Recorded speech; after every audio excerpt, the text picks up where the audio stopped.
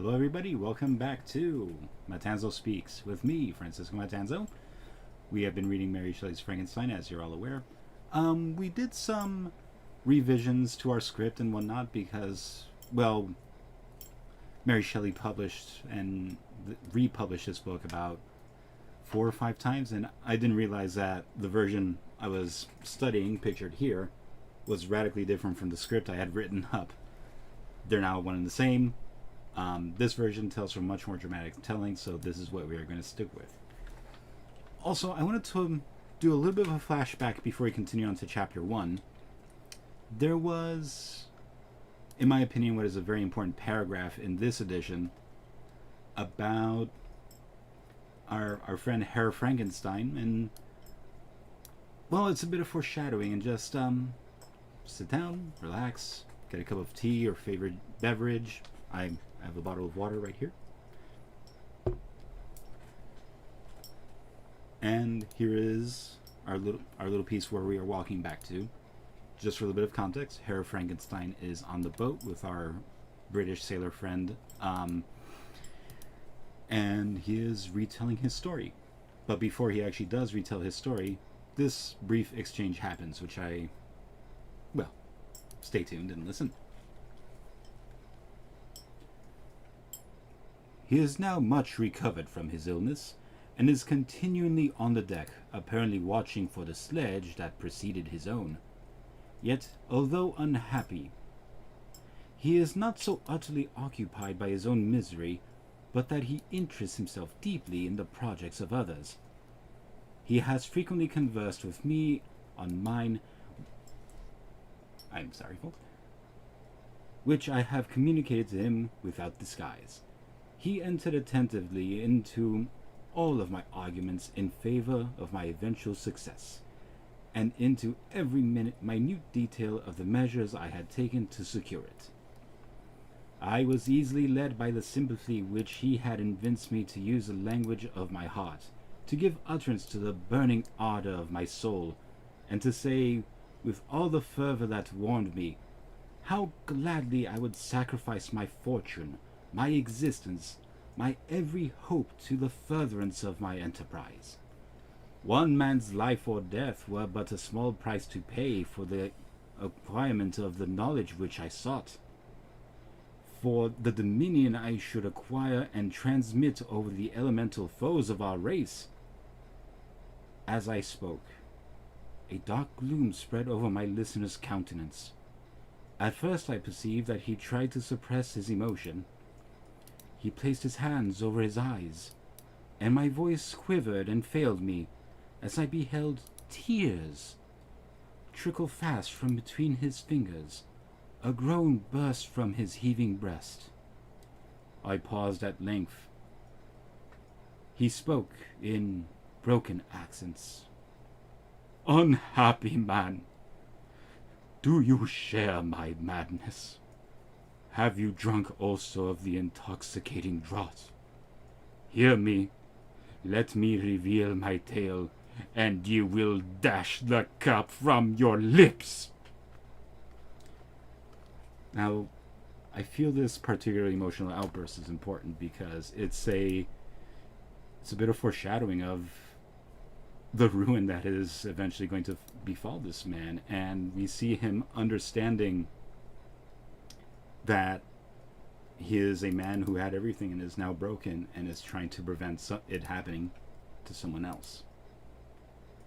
So, with that context in mind, ladies and gentlemen, quick little sip of water. And now we begin chapter 1, where this is all a flashback, hence our new wonderful color scheme. We do have our color scheme, right, Madam Director? Yes, we do. Okay, thank you. Oh, you want flashback? No, I did not do that. No. I have, oh, yeah. I have the nice, beautiful, vibrant... Dang it, Madam Director. I love you. I love you, too. The director is my wife, everybody. I can fix this. Filters. On standby, because dramatic color schemes for a flashback is necessary. I didn't realize. I'm looking up at their screen. Ah, here we go. Here we go. This is appropriate flashback color. So, anyway, tangent aside, we are now going to go into the story as told by Herr Frankenstein's point of view. Oh, and real quick, just I guess a light spoiler. Notice I call him Herr Frankenstein, not Dr. Frankenstein, because, spoiler alert, he never finished his doctorates. Tisk, tisk. But we'll go into that later. For now, Chapter 1 as told from the point of view of Herr Frankenstein. I am by birth a Genovese, and my family is one of the most distinguished of that republic. My ancestors had been for many years councillors and syndics, and my father, which had filled several public situations with honor and reputation. He was respected by all who knew him for his integrity and indefatigable attention to public business. He passed his younger days perpetually occupied by the affairs of his country. A variety of circumstances had prevented his marrying early, nor was it until the decline of life that he became a husband and the father of a family. As the circumstances of his marriage illustrate his character, I cannot refrain from relating them. One of his most intimate friends was a merchant who, from a flourishing state, fell through numerous mischances into poverty. This man, whose name was Beaufort, was of a proud and unbending disposition, and could not bear to live in poverty and oblivion in the same country where he had formerly been distinguished for his rank and magnificence. Having paid his debts, therefore, in the most honorable manner, he retreated with his daughter to the town of Lucerne, where he lived unknown and in wretchedness. My father loved Beaufort with the truest friendship, and was deeply grieved by his retreat in these unfortunate circumstances. He bitterly deplored the false pride which led his friend to conduct so little worthy of the affection that united them. He lost no time in endeavoring to seek him out, with the hope of persuading him to begin the world again through his credit and assistance.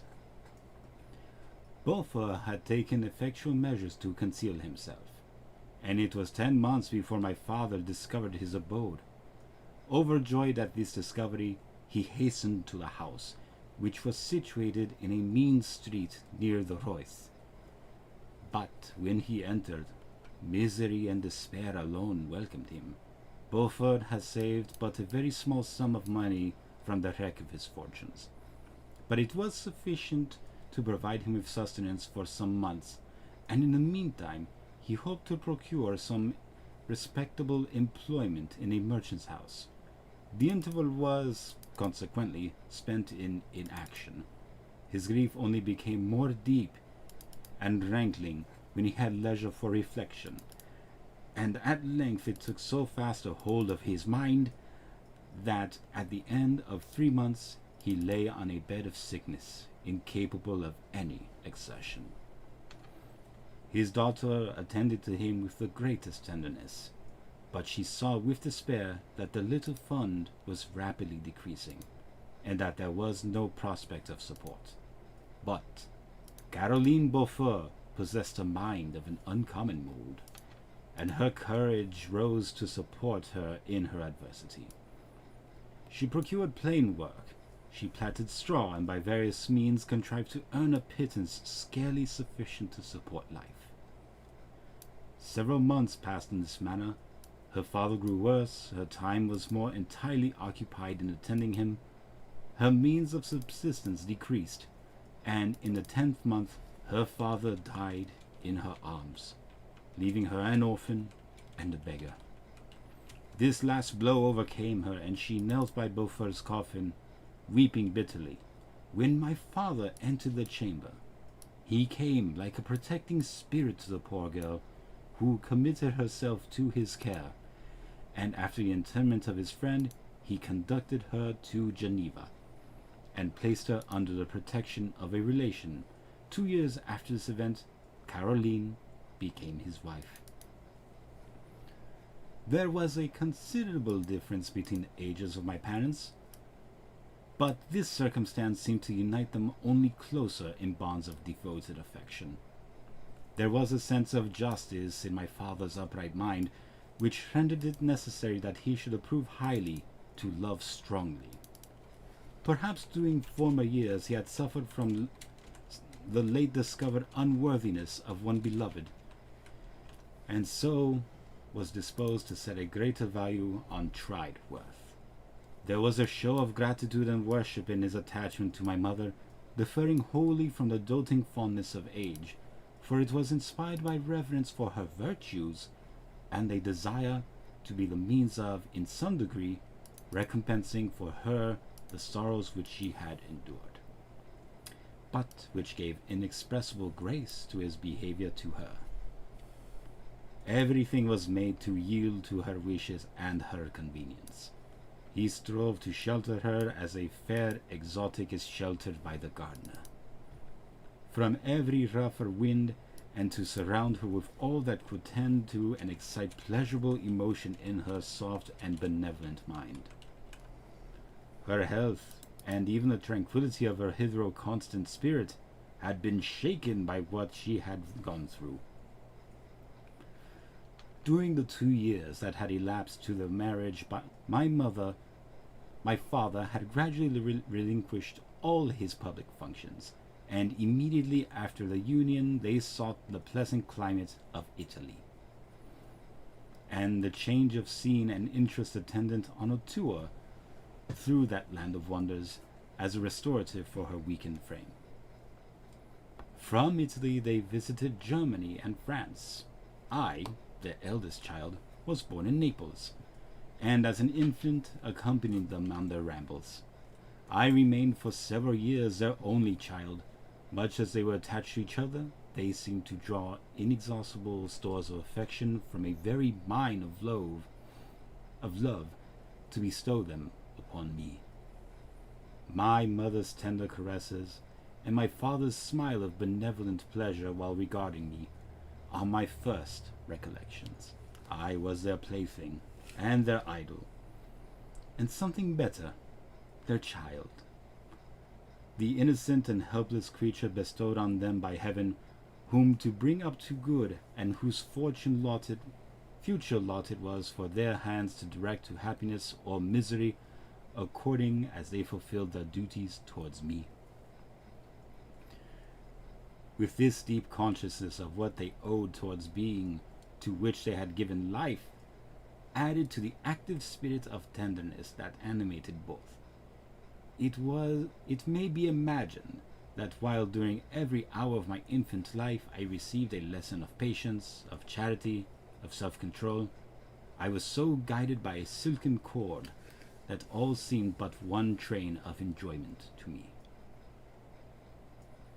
For a long time I was their only care. My mother had much desired to have a daughter, but I continued their single offspring. When I was about 5 years old, while making an excursion beyond the frontiers of Italy, they passed a week on the shores of the lake of Como.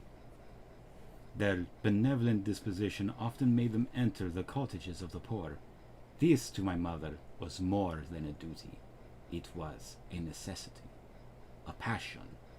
Remembering what she had suffered and how she had been relieved, for her to act in turn the guardian angel to the afflicted.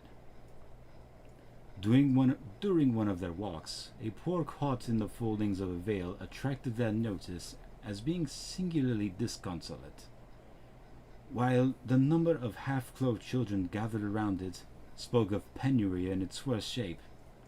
One day, when my father had gone by himself to Milan, my mother, accompanied by me, visited this abode. She found a peasant and his wife, hard-working, bent down by care and labor, distributing a scanty meal to 5 hungry babes. Among these, there was one which attracted my mother far above all the rest. She appeared of a different stock. The 4 others were dark-eyed, hardy little vagrants. This child was thin and very fair. Her hair was the brightest living gold, despite the poverty of her clothing, seemed to set a crown of distinction on her head. Her brow was clear and ample, her blue eyes cloudless, and her lips and the molding of her face so expressive of sensibility and sweetness that none could behold her without looking on her as if on a distinct species, a being heaven-sent and bearing celestial stamp in all her features.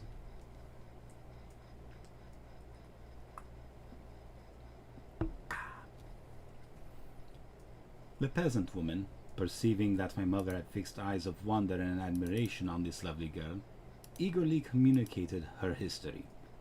She was not her child, but the daughter of a Milanese nobleman. Her mother was a German, and had died on giving her birth. The infant had been placed with these good people to nurse. They were better off then. They had not been long married, and their eldest child was just born. The father of their charge was one of those Italians nursed in the memory of the antique glory of Italy, one among the schiavi ognorfredmenti. I gotta work my Italian. Who exerted himself to obtain the liberty of his country. He became the victim of its weakness. Whether he had died or still lingered in the dungeons of Austria was not known. His property was confiscated, his child became an orphan and a beggar. She continued with her foster parents, and bloomed in their rude abode, fairer than a golden rose among dark-leaved brambles. When my father returned from Milan, he found playing with me in the hall of our villa a child fairer than a pictured cherub, a creature who seemed to shed radiance from her looks, and whose form and motions were lighter than the chamois of the hills. The apparition was soon explained. With his permission, my mother prevailed on her rustic guardians to yield their charge to her. They were fond of the sweet orphan.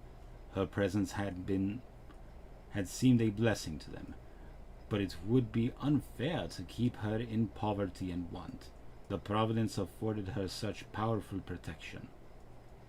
They consulted their village priest, and the result was that Elizabeth Lavenza became the inmate of my parents' home, my more-than-sister, the beautiful and adored companion of all of my occupations and my pleasures. Everyone loved Elizabeth. The passionate and almost reverential attachments which all regarded her became, while I shared it, my pride and my delight. On the evening previous to her being brought to my home, my mother had said playfully, "I have a pretty present for my Victor. Tomorrow he shall have it." And when on the morrow she presented Elizabeth to me as her promised gift, I, with childish seriousness, interpreted her words literally, and looked upon Elizabeth as mine to protect, love, and cherish. All praises bestowed on her I received as made as a possession of my own. We called each other familiarly by the name of cousin. No word, no expression could body forth the kind of relation in which she stood to me, my more-than-sister, since till death she was to be mine only.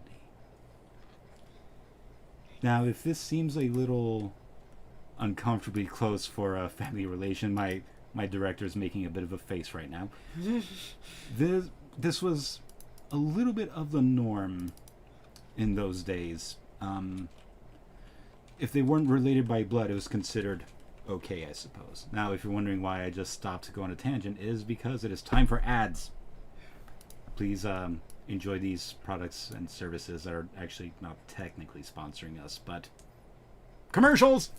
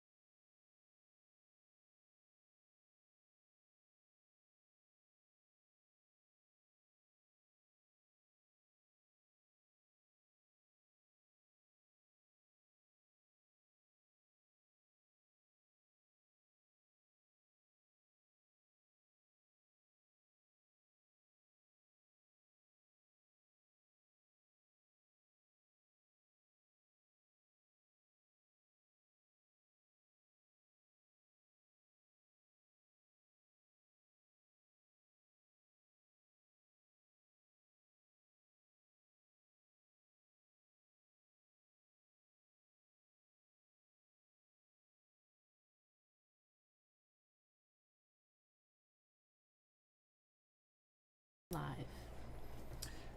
We're back, folks, and now I hope you got all freshened up and you took care of what you needed to take care of. You did. I did. Subtle bathroom joke. Sorry. Anyway, so now we will continue on with chapter 2, where, as you can see, we're still in black and white because the flashback continues. Or your director just forgot. Oh no. Now that I'm done glaring at my director, chapter 2. We were brought up together. There was not quite a year of difference in our ages. I need not say that we were strangers to any species of disunion or dispute. Harmony was the soul of our companionship, and the diversity and contrast that subsided in our characters drew us nearer together. Elizabeth was of a calmer and more concentrated disposition, but with all my ardor I was capable of a more intense application, and was more deeply smitten with a thirst for knowledge. She busied herself with following the aerial creations of the poets and in the majestic and wondrous scenes which surrounded our Swiss home. The sublime shapes of the mountains, the changes of the seasons, tempest and calm, the silence of winter, and the life and turbulence of our alpine summers. She found ample scope for admiration and delight, while my companion contemplated with a serious, satisfied spirit the magnificent appearances of things. I delighted in investigating their causes. The world was to me a secret which I desired to divine. Curiosity earnestly one among them. Henry Clerval was the son of a merchant of Geneva. He was a boy of singular talent and fancy. He loved enterprise, hardship, and even danger for its own sake. He was deeply read in books of chivalry and romance. He composed heroic songs and began to write many a tale of enchantment and knightly adventure. He tried to make us act plays and to enter into masquerades in which the characters were drawn from the heroes of Roncesvalles and the Round Table of King Arthur, and the chivalrous train who shed their blood to redeem the Holy Sepulchre from the hands of the infidels. No human being could have passed a happier childhood than myself. My parents were possessed of a very spirit of kindness and indulgence. We felt that they were not the tyrants to rule our lot according to their caprice, but the agents and creators of all the many delights which we enjoyed. When I mingled with other families, I distinctly discerned how peculiarly fortunate my lot was, and gratitude assisted the development of filial love. My temper was sometimes violent, and my passions vehement, but by some law in my temperature they were turned not towards childish pursuits, but an eager desire to learn and not to learn all the things indiscriminately. I confess that neither the structure of languages, nor the codes of governments, nor the politics of various states possessed attractions for me. It was the secrets of heaven and earth that I desired to learn. And whether it was the outward substance of things, or the inner spirit of nature and the mysterious soul of man that occupied me, still my inquiries were directed to the metaphysical, or in its highest sense, the physical secrets of the world. Meanwhile, Clerval occupied himself, so to speak, with the moral relations of things. The busy stage of life, the virtues of heroes, and the actions of men were his theme. And his hope and his dream was to become one among those whose names are recorded in story as the gallant and adventurous benefactors of our species. The saintly soul of Elizabeth shone like a shrine-dedicated lamp in our peaceful home. Her sympathy was ours. Her smile, her soft voice, the sweet glance of her celestial eyes were ever there to bless and animate us. She was a spirit of love so often and attract so off to soften and attract. I might have become sullen in my study, rough through the ardor of my nature, but that she was there to subdue me to a semblance of her own gentleness. And Clerval could aught ill entrench the noble spirit of Clerval, yet he might not have been so perfectly humane, so thoughtful in his generosity, so full of kindness and tenderness amidst his passion for adventurous exploit, had she not unfolded to him the real loveliness of beneficence, and made doing the good an end and aim of his soaring ambition.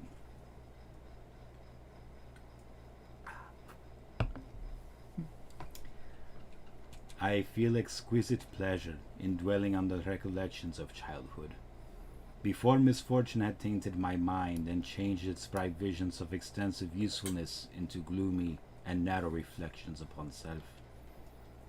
Besides, in drawing the picture of my early days, I also record those events which led by some insensible steps to my aftertale of misery.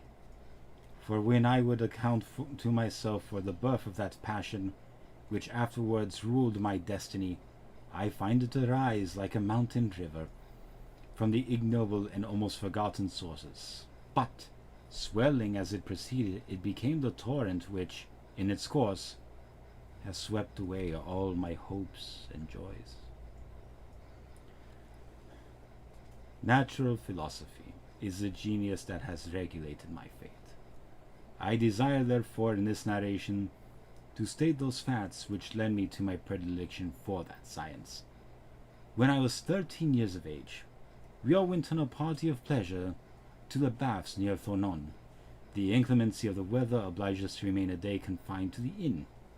In this house I chanced to find a volume on the works of Cornelius Agrippa. I opened it with apathy. The theory which he attempts to demonstrate and the wonderful facts which he relates soon changed this feeling into enthusiasm. A new light seemed to dawn upon my mind, and, bounding with joy, I communicated my discovery to my father. My father looked carelessly on the title page of my book and said, "Ah, Cornelius Agrippa, my dear Victor, do not waste your time upon this. It is sad trash." If, instead of this remark, my father had taken the pains to explain to me that the principles of Agrippa had been entirely exploded, and that a modern system of science had been introduced, which possessed much greater powers than the ancient, because the powers of the latter were chimerical, while those of the former were real and practical, under such circumstances I should certainly have thrown Agrippa aside, and have contented my imagination, warmed as it was, by returning with greater ardor to my former studies. It is even possible that the train of my ideas would never have received the fatal impulse that led to my ruin. But the cursory glance my father had taken of my volume by no means assured me that he was acquainted with its contents, and I continued to read with the greatest avidity. When I returned home, my care was to procure the whole works of this author, and afterwards Paracelsus and Albertus Magnus. I read and studied the wild fancies of these writers with delight. They appeared to me treasures known to a few beside myself.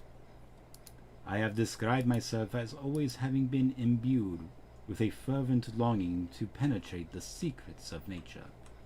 In spite of the intense labor and wonderful discoveries of modern philosophies, I always came from my studies discontented and unsatisfied. Sir Isaac Newton is said to have avowed that he felt like a child picking up shells beside the great and unexplored ocean of truth. Those of his successors in each branch of natural philosophy with whom I was acquainted appeared, even to my boy's apprehensions, as tyros engaged in the same pursuit.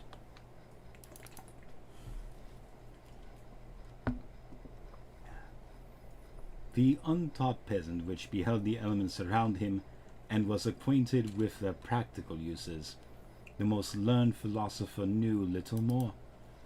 He had partially unveiled the face of nature, but her immortal lineaments were still a wonder and a mystery. He might dissect, anatomize, and give names, but not to speak of a final cause, causes in the secondary and tertiary grades which were utterly unknown to him. I had gazed upon the fortifications and impediments that seemed to keep human beings from entering the citadel of nature, and rashly and ignorantly I had repined. But here were books, and here were men who had penetrated deeper and knew more. I took their word for all that they averred, and I became their disciple. It may appear strange that such should arise in the 18th century, but while I followed the routine of education in the schools of Geneva, I was, to a great degree, self-taught with regard to my favorite studies. My father was not scientific, and I was left to struggle with a child's blindness added to a student's thirst for knowledge. Under the guidance of my new preceptors, I entered into the greatest diligence into the search of the philosopher's stone and the elixir of life. But the latter soon obtained my undivided attention. Wealth was an inferior object, but what glory would attend the discovery if I could banish disease from the human frame and render man invulnerable to any but a violent death. Nor were these my only visions. The raising of ghosts or devils was a promise liberally accorded by my favorite authors, the fulfillment of which I most eagerly sought, and if my incantations were always unsuccessful, I attributed the failure rather to my own inexperience and mistake than to want of skill or fidelity of my instructors. And thus, for a time, I was occupied by exploded systems, mingling like an unadept 1,000 contradictory theories, and floundering desperately in a very slough of multifarious knowledge, guided by an ardent imagination and childish reasoning till an accident again changed the current of my ideas. When I was about 15 years old, we had retired to our house near Beriv when we witnessed the most violent and terrible thunderstorm. It advanced from behind the mountains of Jura, and the thunder burst at once with frightful loudness from various quarters of the heavens. I remained while the storm lasted, watching its progress with curiosity and delight. As I stood at the door, on a sudden I beheld a stream of fire issue from an old and beautiful oak which stood about 20 yards from our house. And so soon as the dazzling light vanished, the oak had disappeared, and nothing remained but a blasted stump. When we visited it the next morning, we found the tree shattered in a singular manner. It was not splintered by the shock, but entirely reduced to thin ribbons of wood. I never beheld anything so utterly destroyed. Before this, I was not unacquainted with the more obvious laws of electricity. On this occasion, a man of great research in natural philosophy was with us, and, excited by this catastrophe, he entered on the explanation of a theory which had been formed on the subject of electricity and galvanism, which was at once new and astonishing to me. All that he said threw greatly into the shade Cornelius Agrippa, Albertus Magnus, and Paracelsus, the lords of my imagination. But by some fatality, the overthrow of these men disinclined me to pursue my accustomed studies. It seemed to me as if nothing would or could ever be known. All that had been so long engaged, my attention suddenly grew despicable. By one of these caprices of mind, which we are perhaps most subject to in early youth, I at once gave up my former occupations, set down natural history and all its progeny as a deformed and abortive creation, and entertained the greatest disdain for a would-be science which could never even step within the threshold of real knowledge. In this mood of mind, I betook myself to the mathematics and the branches of study appertaining to that science, as being built upon secure foundations and so worthy of my consideration. Thus strangely our souls constructed, and by such slight ligaments are we bound to prosperity or ruin. When I look back, it seems to me as if this almost miraculous change of inclination and will was the immediate suggestion of the guardian angel of my life, the last effort made by the spirit of preservation to avert the storm that was even then hanging in the stars and ready to envelop me. Her victory was announced by an unusual tranquility and gladness of soul, which followed the relinquishing of my ancient and latterly tormenting studies.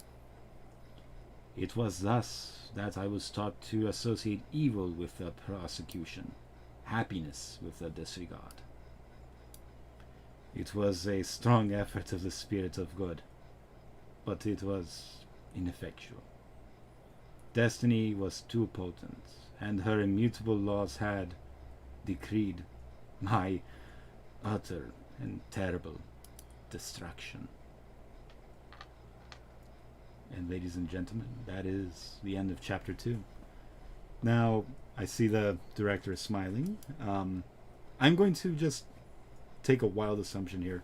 Are you noticing a theme here? Herr Frankenstein he's acknowledging that terrible things have happened to him, but he's not taking any responsibility for it. I noticed that he blamed his father for... I was like, geez, Louise. He blamed his father. He blames destiny or what have you. And this kind of becomes a recurring theme. This is a man so arrogant, so self-obsessed, and so self-absorbed that this leads him to where he is, effectively dying on a boat in the Arctic Circle because he couldn't bring himself to properly question where he was, what he was doing. Like I said in episode 1, this is ultimately a story of ruin brought on by hubris and unquestioned arrogance. Is it a horror story or is it a tragedy? Yes. Well, that said, that concludes today's reading. I know these episodes are a little on the short side. As time goes on, they will probably be getting a bit longer. I try to time them and edit them according to dramatic pauses, if you would. So we will be back in 2 weeks with our continued reading of Mary Shelley's Frankenstein. Until then, we have plenty of other shows and segments that I'm sure you're all aware of by now if you're here.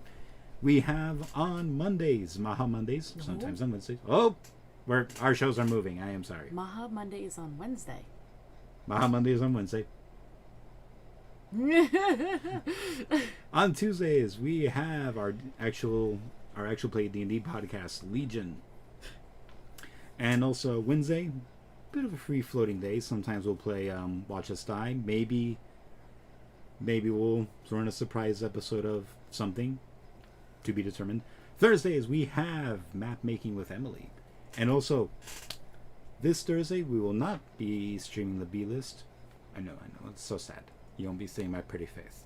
Because it will be Grim or Grimwall, Grimjaw, sorry, who is currently in our chat.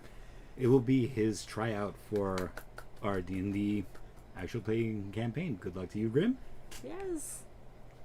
Fridays, it's another bit of a free floater. Generally, we stream Watch Us Die, where Grim never dies. Never dies. He never dies.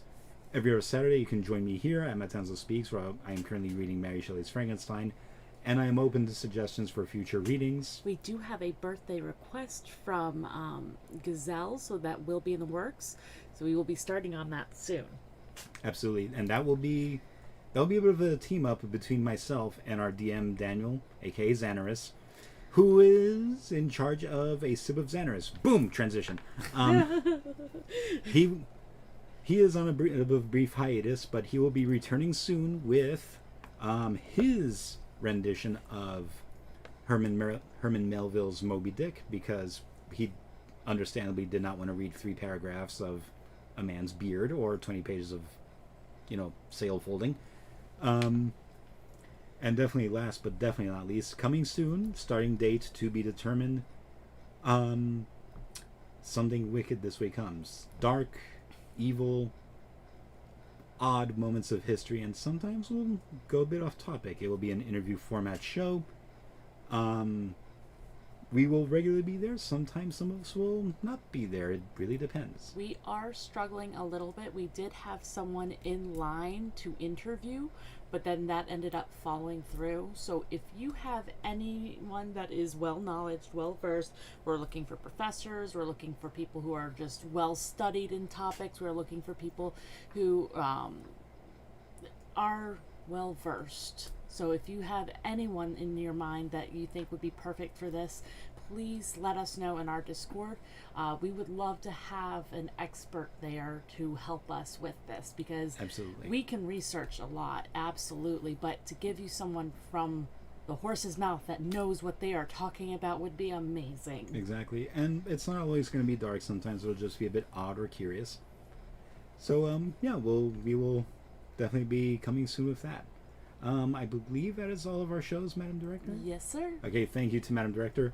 We could not do this without our behind-the-scenes team, which consists of my wife, a.k.a. Frankly, a.k.a. Emily, a.k.a. Rory, or as I call her now, Madam Director.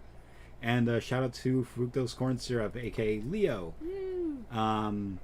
who they both work magic behind the scenes. Most of the heavy lifting and logistics, it's all them. And with that said, we will see you soon. Wash your hands. Stay tuned.